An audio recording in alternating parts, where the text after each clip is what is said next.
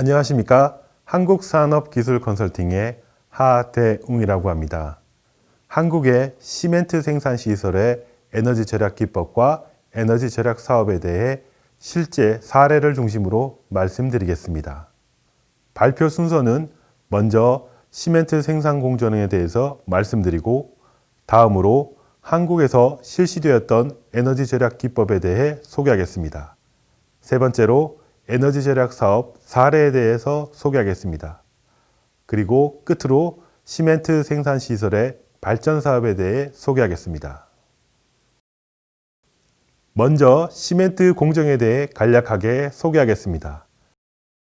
이 영상을 보시는 분들은 모두 시멘트 생산 공정에 대해 잘 알고 계실 겁니다. 시멘트 생산 공정은 채광에서 원료 생산, 소송 공정, 제품 생산 등 크게 4가지 공정으로 구성됩니다.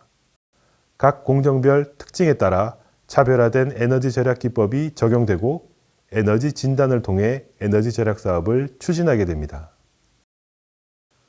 다음은 한국에서 수행된 대표적인 에너지 절약 사업 사례들입니다. 보시다시피 시멘트 생산 공정별 에너지 절약 기법과 에너지 절약 사업 사례가 소개되어 있습니다. 앞서 언급된 4가지 생산 공정 중 에너지 소비가 가장 큰 소송 공정에서 가장 많은 에너지 절약 기법이 적용되었고 에너지 절약 사업을 추진하였습니다. 세부 내용은 표를 참조해 주시기 바랍니다. 소송 공정을 제외하고 원료 및 시멘트 분쇄 공정에서 많은 에너지 절약 기법이 적용되었습니다.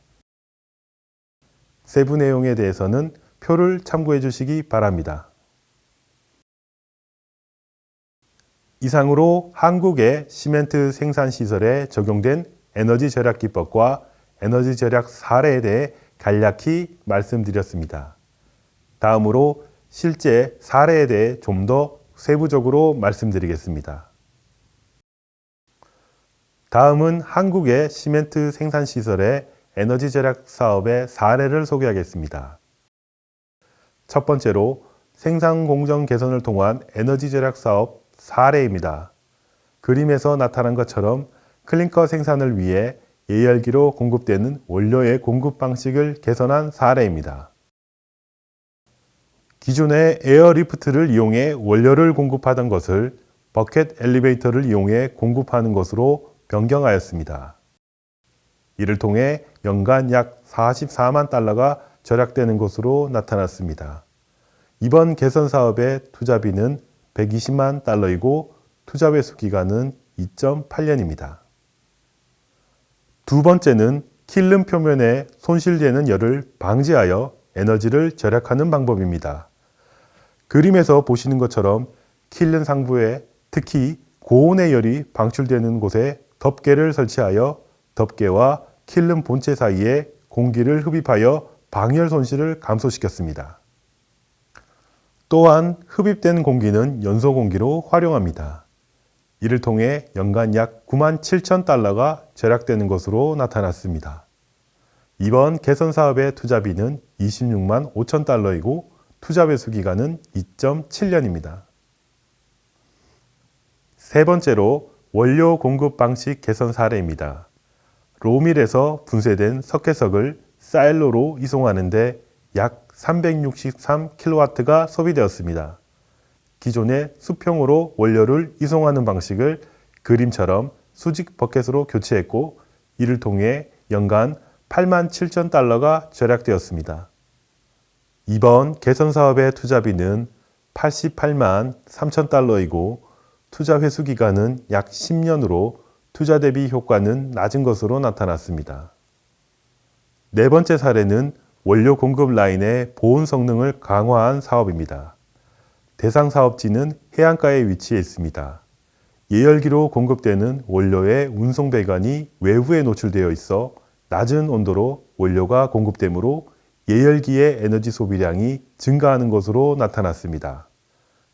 대상 사업지가 해안가에 위치하여 차가운 외기에 노출되었기 때문에 원료 공급 온도를 높이기 위해 지속적으로 석탄 소비량이 많은 것으로 조사되었습니다. 따라서 과도한 에너지 소비를 줄이기 위해 원료 이송 배관에 보온재를 설치하였습니다. 이번 사업을 통해 8만 5천 달러가 절약되었고 투자비는 5만 3천 달러로 투자 대비 경제성이 높은 것으로 나타났습니다. 보시다시피 투자 회수 기간도 0.6년으로 매우 짧은 것으로 나타났습니다.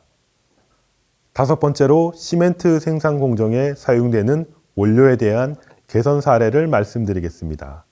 시멘트 생산 공정은 가스, 석탄, 기타 보조 연료를 많이 사용합니다.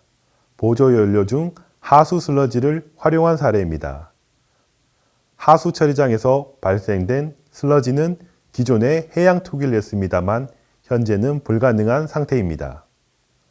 슬러지를 건조하여 연료로 생산하기 위해서는 막대한 에너지가 소비됩니다. 시멘트 공정에 슬러지를 활용할 경우 시멘트 생산 시 발생되는 고온을 활용하여 건조하고 연료로 활용할 수 있습니다. 결론적으로 슬러지 처리를 통해 발생될 수 있는 환경 문제를 해결할 수 있습니다. 이번 사업에는 슬러지 처리 시 발생되는 악취 제거 시설도 포함되어 있습니다. 이번 사업을 통해 590만 달러가 절약되었고 투자비는 530만 달러로 투자 대비 경제성이 매우 높은 사업입니다. 투자 회수 기간은 0.9년이고 연간 온실가스 저감량은 약 6,500톤입니다. 여섯 번째는 폐열 보일러에 이코노마이저를 설치하여 에너지를 절약한 사례입니다. 이코노마이저는 고온의 배기가스를 통해 보일러에 공급되는 물의 온도를 높이는 역할을 합니다. 보일러에 급수되는 물의 온도를 높여서 폐열 보일러의 효율을 높일 수 있습니다. 또한 가스 보일러에서 가스 소비량을 절약할 수 있습니다. 이번 사업을 통해 연간 약 9만 3천 달러를 절약하였고 투자비는 25만 6천 달러이며 투자 회수 기간은 2.8년으로 투자 대비 경제성이 높은 것으로 조사되었습니다. 끝으로 폐열 발전 사업에 대해 소개하겠습니다. 한국뿐만 아니라 전 세계 시멘트 생산 시설에는 폐열 발전소를 운영하고 있습니다.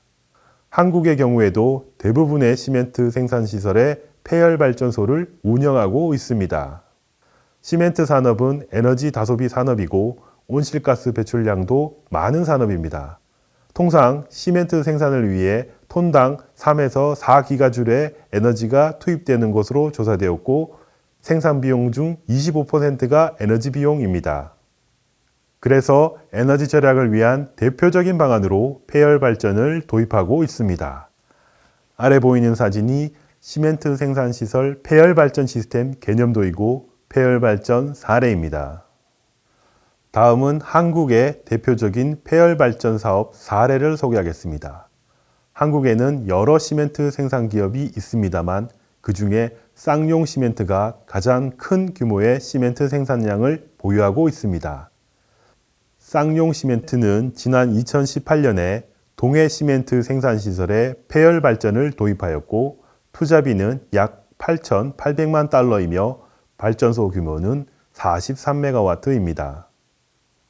동해 시멘트 생산 시설은 연간 1,500만 톤의 시멘트를 생산하고 있습니다.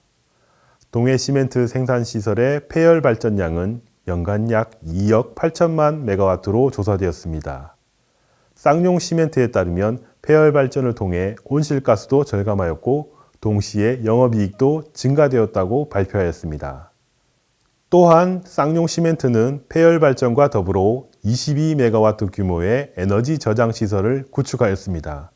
그래서 폐열 발전을 통해 생산된 전력을 에너지 저장 시설에 저장 후 필요시 사용하고 있습니다. 이상으로 한국의 시멘트 생산 시설의 에너지 절약 기법 및 절약 사업과 폐열 발전 사업에 대해 소개하였습니다. 들어주셔서 감사합니다.